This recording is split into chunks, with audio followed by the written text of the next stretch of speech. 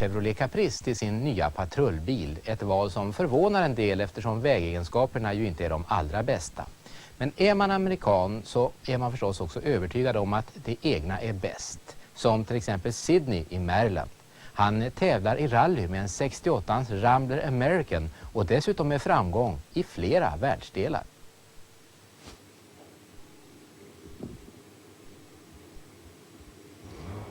Take a Maryland Eastern Shore man named Sidney Dixon and pair him with a 1968 Rambler, and you've got a gutsy and a bit crazy combination. But this is not just a love story of a man and machine. It's a look back at history and an accomplishment 22 years old. This car, Rambler American, was the only American entry in the 1968 London-Sydney Marathon, which was a race which ran from London, England in 2 stages. The first from London to Bombay, India, 7,500 miles in a week, straight drive, no sleeping at night. From Bombay, India, the car was transshipped by sea with 60 or 70 others to Perth, Fremantle, West Australia. We then took 3 days to cross Australia, which is the equivalent of crossing the United States on dirt. Sydney, his co-driver John Saladin, and a CBS cameraman, Jerry Sims, faced incredible odds. You see, road rallying was pretty much a European thing. No one could believe that these 3 crazy amateurs from America, with their backyard-prepped Rambler, would ever compete in the race, much less finish it. They sort of laughed when we sat down to play. Of course, they had the know-how behind the wheel, but they never thought we were going to get to Paris. But we fooled them. We went the whole distance. We beat a lot of the big names. Actually, we didn't beat them so much as they beat themselves. We just hung on when they couldn't. Hanging on for dear life at times.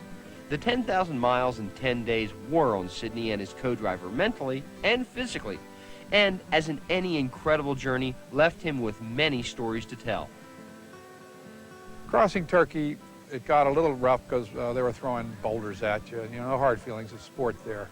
That's when we've really had to start paying attention. Also, the Army trucks try to run you off the road, and they successfully ran some off the road. Luckily, that was a problem Sydney didn't run into. Today, the tough little Rambler still bears the battle scars of the rally, as well as the grunt that got it to the finish in Australia. Well, Craig, we carried 2 tires on the back of this thing all the time. We used 40 of them in all. Goodyear had them spaced along the route, convenient spots for us. Here you can see all places we went to. Townsville, Australia, New York, Great Barrier Reef, London. Is it boat hatch? Yep, it's a boat hatch. This is Jerry Sims's office. Here's where I mashed the house in Turkey there. That's a pity. Body by crunch. Yeah, there you are. Who would have ever believed that a Rambler, the car your grandmother drove to church with its small V8, would be capable of performing under such pressure, let alone survive Sidney Dixon?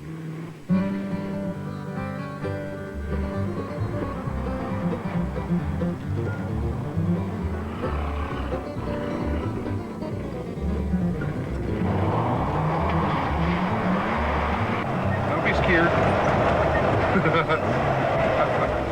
Of course, this isn't the end of the story for Sydney and his Rambler. A reunion London to Australia race is being planned. Sydney can't wait, and he has all the confidence in his car. This car will go and go and go. It's a wonderful example of a tough piece of American production equipment. Om 2 veckor är vi tillbaka, så då testar vi alltså Renault Clio. Och dessutom hoppas vi bjuda på ett annorlunda reportage från bilindustrins hemliga biltester i Norrbotten.